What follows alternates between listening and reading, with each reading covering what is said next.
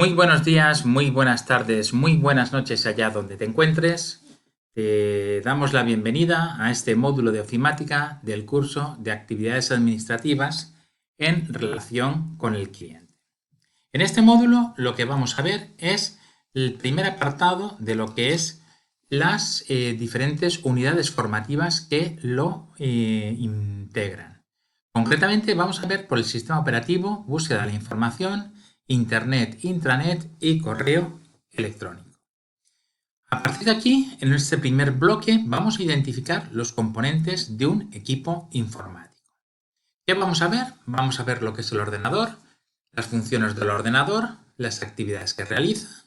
Haremos un recorrido sobre lo que es el hardware y por último pasaremos a lo que es el software. Fundamentalmente, ¿qué tenemos que entender que es un ordenador? Pues un ordenador es una máquina. Es una máquina que convive con nosotros. De hecho, vivimos rodeados de máquinas. El móvil, la lavadora automática, el fregaplatos, el cajero, son aquellos que normalmente frecuentamos con mayor asiduidad. Por lo tanto, el ordenador no es más que otra máquina de las muchas que nos servimos para realizar diferentes tareas. ¿Qué se puede hacer con un ordenador? Pues prácticamente hoy se puede hacer todo, desde crear documentos sin faltas de ortografía, mejorar fotografías, a guardar lo que son las fotografías que tomamos con nuestra cámara digital o con nuestro ordenador. En definitiva, es una herramienta que va a ser a partir de ahora absolutamente inseparable por la cantidad de posibilidades que ofrece. Un ordenador o una computadora no es más que una máquina electrónica que mediante unos programas que no son más que listas de órdenes pueden ejecutar operaciones de mucha distinta índole. Por lo tanto, se habla de un ordenador con una máquina de propósito general, es decir, para múltiples trabajos u operaciones, que trabaja con los datos proporcionados dando unos resultados determinados. Por ejemplo, si le damos diversas cifras, indicamos que asuma el papel de calculadora, procesará los datos y nos dará el resultado correspondiente. El ordenador, al revés de muchas calculadoras sencillas, puede tener dentro de su memoria muchos programas y a conveniencia del usuario podemos ejecutar aquellos que más nos convengan. Por ejemplo, podemos tener un programa de calcular, otro de escribir texto, otro de modificar fotografías, es decir, podemos tener de todo. ¿Dónde nació el término informática? Bueno, pues informática tiene su origen en la fusión de las palabras información y automatismo y fue acuñado por el ingeniero francés Philippe de Vries en el año 1962. Hoy lo que es la informática pues se aplica a gran diversidad de tareas, desde procesos industriales, investigación científica o médica, desarrollo de juegos, robótica, control de muchos transportes, etc. La primera máquina programable fue la computadora Z3, que fue creada por Konrad Zuse en el año 1941. Pesaba 1 tonelada y era relativamente lenta. El resultado de una suma se demoraba casi un segundo. Hoy hablamos de milisegundos para referirnos al tiempo que tarda un PC en realizar una operación. Un ordenador siempre ejecuta un proceso muy característico. Por lo tanto, cuando estamos colocando lo que es un ordenador en marcha, lo que estamos haciendo es fundamentalmente pues, seguir las instrucciones que le hemos dado. Almacenar datos, continúa con más instrucciones y almacena los datos que le vamos dando. Por ello, un ordenador consta de 4 áreas principales. En primer lugar, vamos a tener lo que son los dispositivos de entrada y los dispositivos de salida. Lógicamente, los de entrada son para darle información al ordenador, los dispositivos de salida son para obtener los resultados obtenidos. Al mismo tiempo tenemos la memoria, que simplemente son unas celdas numeradas donde se almacenan los datos de las instrucciones u órdenes y los datos con los que opera el ordenador. Por lo tanto, esa memoria está dividida en celdillas y en cada celda tenemos una información. A partir de aquí tenemos el procesador, también llamado CPU, como unidad central de proceso. Pues simplemente esto es el cerebro electrónico, el cocinero de nuestro ejemplo, y consta de los siguientes ejemplos. Tiene fundamentalmente dos cosas. Una unidad lógica y aritmética que se dedica a hacer los cálculos matemáticos y los cálculos lógicos.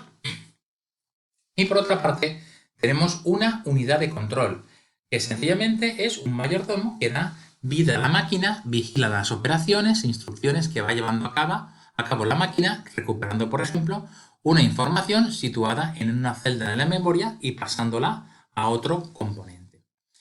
Por lo tanto, su tarea es seguir instrucciones prescritas y realizar lo que es el control de todos los procesos, por ejemplo, tanto de entrada como de salida.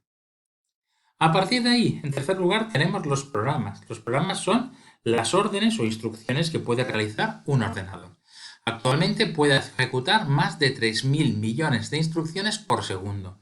Por lo tanto, lo que hace es que nos da la sensación de que realmente estamos viendo funcionar algo de forma continua. Cuando realmente en cada millón de segundos lo que está haciendo es una operación. Por eso es muy importante plantearnos qué es lo que necesitamos a la hora de valorar un ordenador. Evidentemente, tener una buena CPU va a ser muy importante para la obtención de lo que es el precio del producto. Como es tanta la actividad que puede hacer simultáneamente, eso nos lleva a que podemos utilizar infinidad de programas al mismo tiempo. Podemos escuchar música mientras imprimimos un documento o intercambiamos un mensaje de internet, y eso lo hacemos todo casi en el mismo momento. En definitiva, como dice una de nuestras alumnas, un ordenador es una caja tonta, pero que se mueve a muchísima velocidad. Por ejemplo, pues bueno, cuanto más instrucciones le damos, muchísimo mejor. Por lo tanto, lo que tendremos es que podrá hacer pues absolutamente de todo. Ese lenguaje con el que cómo nos comunicamos o el lenguaje con el que controlamos el reparto de tiempos, eso es lo que llamaremos el sistema operativo y es el que nos va a servir para que nos entienda el ordenador. Bueno, aquí tenéis una serie de actividades que os las pondré en los ficheros adjuntos y empezamos a ver lo que es un ordenador. Bueno, pues un ordenador fundamentalmente está dividido en lo que es, por una parte, lo que es la torre, ¿vale? Tendremos lo que es el monitor, tendremos la CPU, la fuente de alimentación y lo que es el teclado.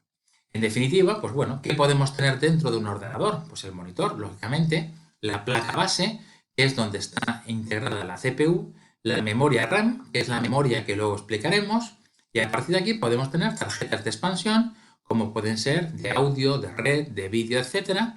Tenemos, por supuesto, una fuente de alimentación, unos discos ópticos donde grabamos información, tanto sean CDs o DVDs, un disco duro, un teclado, un ratón o lo que se conoce en inglés como un mouse. A partir de aquí, bueno, pues vamos a ir viendo las diferentes piezas. Tenemos el monitor. Bueno, pues el monitor simplemente es la pantalla de salida en la que nos muestra pues la imagen de todo lo que estamos haciendo. La torre es muy importante porque es donde reside lo que es el cerebro electrónico del ordenador, que es el microprocesador, que está incrustado donde, en lo que llamaremos la placa base. Aquí, por ejemplo, podéis ver un ejemplo de placa base y podemos ver un ejemplo de microprocesador. La placa base, en definitiva, es la placa electrónica o el circuito electrónico donde vamos a colocar todos los componentes de lo que es el ordenador.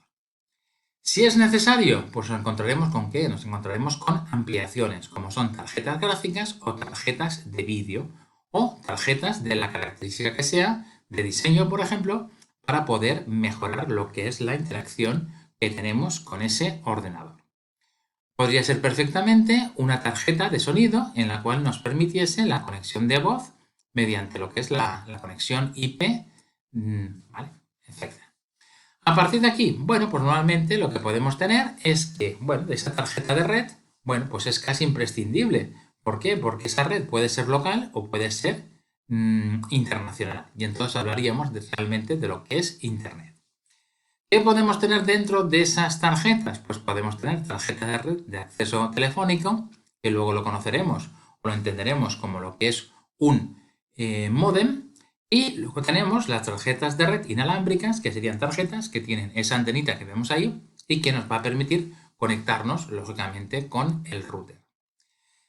A continuación tenemos la memoria RAM. ¿La memoria RAM a qué se refiere? Bueno, pues simplemente la memoria RAM, bueno, pues es una memoria que la vamos a entender como la memoria de trabajo. Hay un ejemplo que lo explica muy bien, Y es que imaginemos que tenemos un ascensorista y ese ascensorista trabaja dentro de un ascensor y va distribuyendo lo que son personas por todo lo que es el edificio. ¿Qué ocurre cuando en un momento determinado queremos subir más personas? ¿Qué capacidad tiene la RAM? Pues sencillamente que nuestro ordenador se va a quedar bloqueado.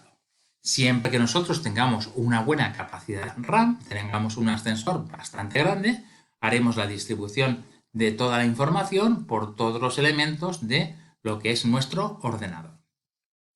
Por lo tanto, es muy importante la RAM. Es decir, la RAM quiere decir que en un momento determinado tu programa, tu ordenador, pues verás que dice puede quedarse bloqueado o te puede decir que, bueno, sistema se queda unos segundos que no funciona, hace la distribución de todos los personal o de toda la información o trabajo pendiente que tiene y a partir de ahí vuelve a funcionar, ¿vale? Es decir, si por ejemplo queremos imprimir, escuchar música, al mismo tiempo estar con un texto, al mismo tiempo pues conectados a internet, lo que haremos será colapsar la RAM. Y si colapsamos ese ascensor, pues bueno, no podremos tener un buen servicio. Por lo tanto, ¿qué tenemos que hacer? O tenemos una memoria holgada o lo que hacemos es que no ponemos muchas cosas en funcionamiento al mismo tiempo. A continuación tenemos lo que es los discos duros. Bueno, como los que veis aquí. Los discos duros son sencillamente, viene del inglés hard disk y ahí tenemos, bueno, los diferentes discos duros y es la forma, que es en definitiva un gran armario donde vamos a colocar la información. Otra forma de almacenamiento, aunque están ya un poco pasados, son los CDs y los DVDs, que es una forma en definitiva de tener información y poder trabajar y almacenarla y guardarla. Y por último tenemos lo que son las memorias USB, que también las conocéis, que lo que permiten es, pues son pequeños duros que mediante las conexiones USB lo que nos permiten es pues, descargarnos o transportar cualquier tipo de información. Muy importante, cuando nosotros cojamos y saquemos lo que es el USB, pues hay diferentes formas de hacerlo. Uno que es apagar el ordenador o sencillamente utilizándolo mediante lo que es la retirada que se hace de lo que es un hardware con seguridad. Y significa darle clic en el botón izquierdo del ratón sobre el icono que aparece en la barra de tareas en la parte inferior. Cuando lo evitamos, cuando lo sacamos así, vamos a evitar que lo que es la corriente inducida que se produce en cualquier proceso electrónico dañe nuestro USB. Por lo tanto, pues siempre te aconsejo que lo retires de una forma pues con la máxima seguridad posible.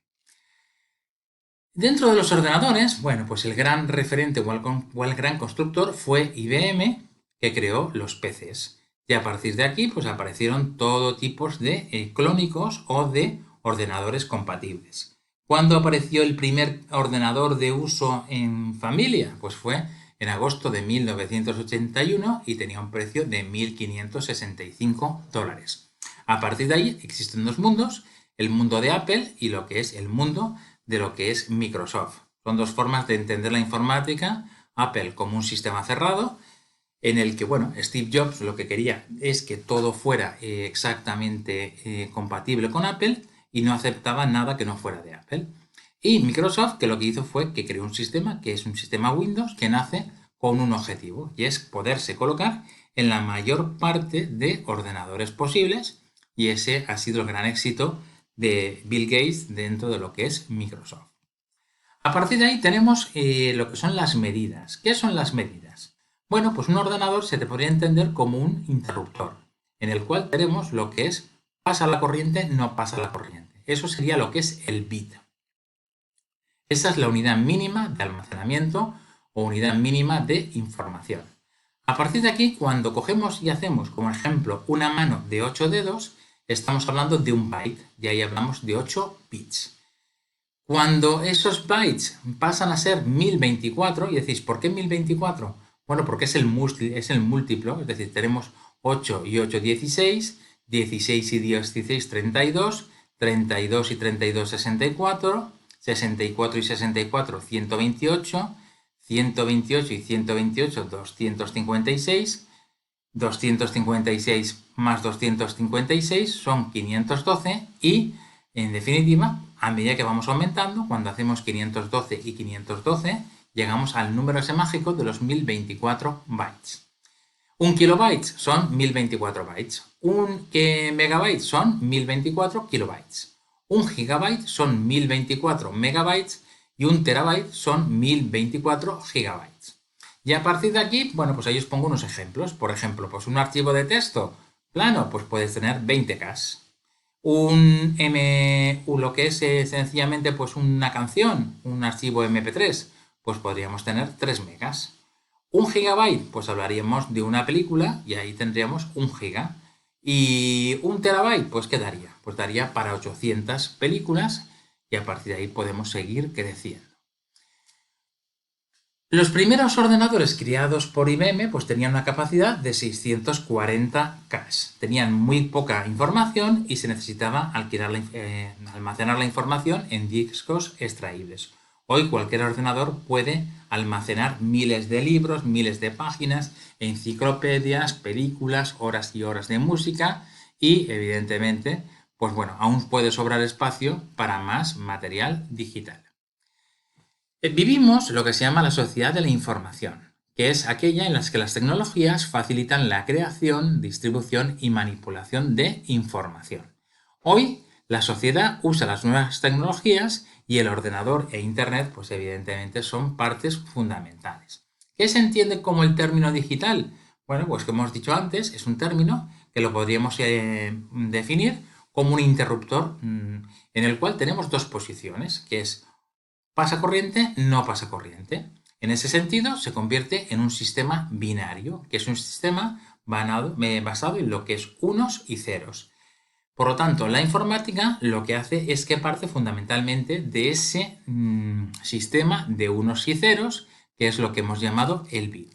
Y cuando nosotros estamos hablando de digitalizar, de convertir en dígitos, lo que estamos haciendo es que estamos cogiendo una información y lo que estamos haciendo es que la estamos convirtiendo en esos interruptores 0,1.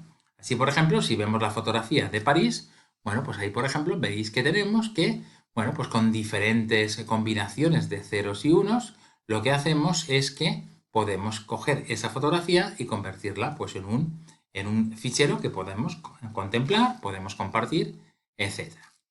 Bueno, pues vamos a pasar un poco más a ver lo que son los periféricos y aquí tenemos diferentes. Tenemos lo que son de entrada, pues evidentemente, ¿quién da información? El teclado, el mouse, la cámara, el escáner, el micrófono, un joystick para jugar, una tableta, digitalizadora o una pantalla táctil. Todo eso son formas de entrar.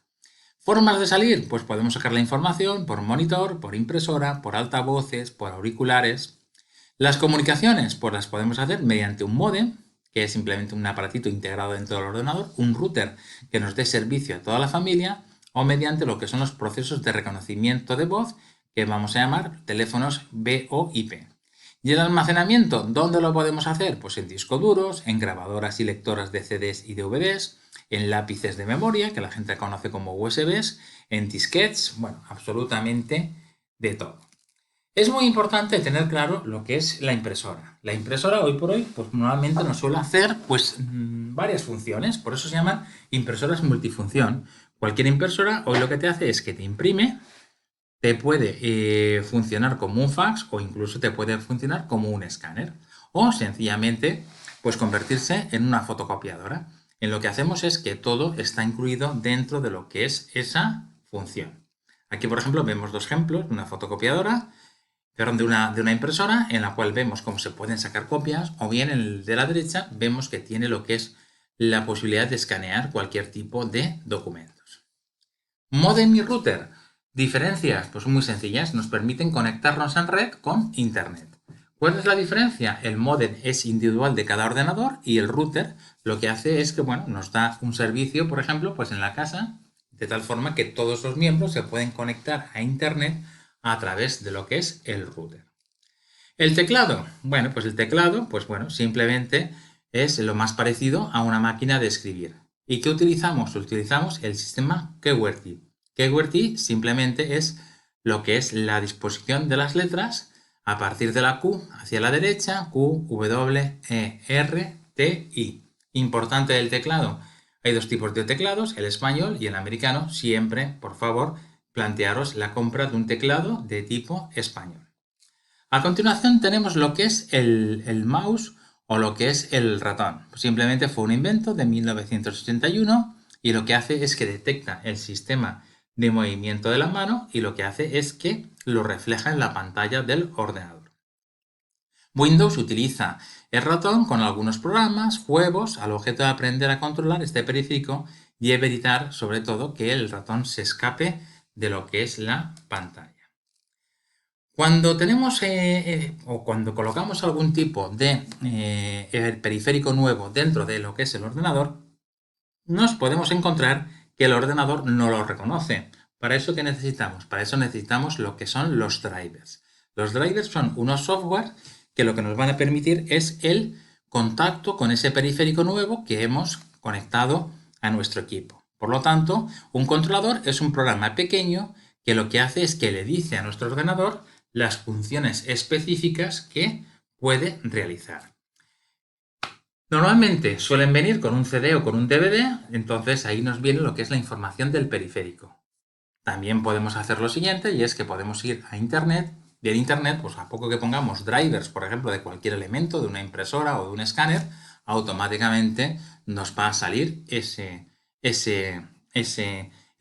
microprograma que nos va a permitir conectar el equipo.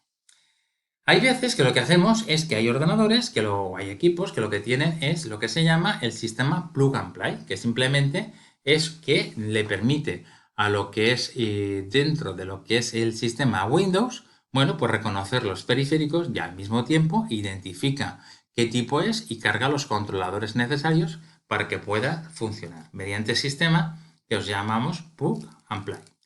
Las redes, bueno, pues las redes simplemente es cuando conectamos muchos ordenadores. Podemos hablar de qué, pues mira, tenemos por una parte lo que son los ordenadores que todo el mundo utiliza, que están conectados con un ordenador que es el servidor. Y ese servidor, mediante lo que es el módem, nos puede dar servicio a todo lo que es la empresa, ¿vale? Por lo tanto, bueno, pues eso es en definitiva lo que es una red. Internet, pues cuando ya salimos de la empresa y llegamos al mundo de Internet, pues Internet no es más que un conjunto de ordenadores que están interconectados entre sí y que nos dan esa información. Pasamos a otro aspecto, abandonamos ya lo que es el hardware y pasamos a lo que es el software. El software es la parte blanda y es lo que podemos entender como programas. Bueno, fundamentalmente fijaros, pues hay muchos programas, sobre todo se habla de qué, pues se habla de Windows y se habla, por ejemplo, de Linux, que es una forma de sistema operativo para poder comunicarnos con las diferentes páginas. Entonces, ¿qué tenemos dentro del software? Bueno, pues el software simplemente del inglés lo que viene a decir es soft, que es la parte blanda, y estaríamos hablando de qué, bueno, pues de lo que es la información blanda. ¿El software para qué sirve? Bueno, pues el software es un programa que nos permite, si sabemos que la unidad mínima es el byte, cuando queremos comunicarnos con esa CPU, tenemos que utilizar lo que es un sistema ensamblador. Lo que hacemos nosotros es que nos comunicamos con el sistema ensamblador mediante un programa que lo que nos permite es que nos facilita ese trabajo. Y eso es lo que recibe el nombre de sistema operativo.